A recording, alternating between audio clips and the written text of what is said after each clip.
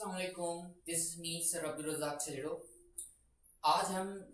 आज मैं स्टार्ट कर रहा हूँ एक सीरीज जिसको कहते हैं 1 मिनट फिजिक्स, यानी कि 1 मिनट में मैं फिजिक्स का कोई भी पेचीदा टॉपिक को मैं उसको एक्सप्लेन करूंगा। सो उम्मीद है आप मेरे चैनल को सब्सक्राइब करेंगे और शेयर करेंगे। सो आज का हमारा पहला टॉपिक है ग्रेविटी। ठीक है ना। जैसे कि आपने कभी सोचा होगा कि हम जमीन पर क्यों खड़े हैं, हम उड़ क्यों नहीं रहे। तो इन दोनों सवाल का एक ही जवाब होगा, वो बिकॉज ऑफ ग्रेविटी। अब सवाल ये है कि सर ग्रेविटी क्या है। ग्रेविटी सिंपल कॉन्सेप्ट है कि एक ऐसी फोर्स जो चीजों को अपनी तरफ खींचती है, अट्रैक्ट करती है। जैसे हम जमीन पे खड़े हैं, ये क्यों खड़े हैं, ये कोई मौजज़ा नहीं है, ये इसी वजह से खड़े हैं क्योंकि जमीन की ग्रेविटी, जमीन की जो फोर्स है वो खींच रही है हमें।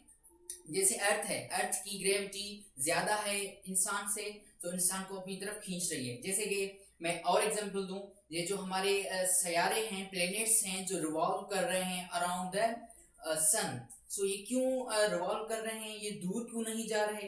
तो इसका एक ही आंसर है, बिकॉज ऑफ ग्रेविटी।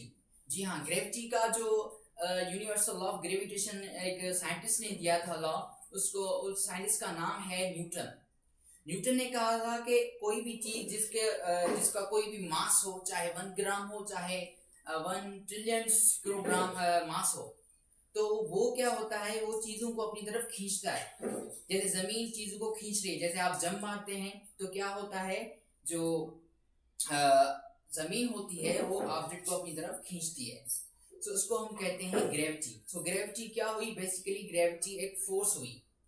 ये जो भी सितारे हैं, बनते हैं, एक दूसरे के बहुत करीब हैं या दूर हैं या बिल्कुल दूर नहीं जा रहे, ये किस वजह से होता है, ये बिल्कुल ग्रेविटी की वजह से होता है।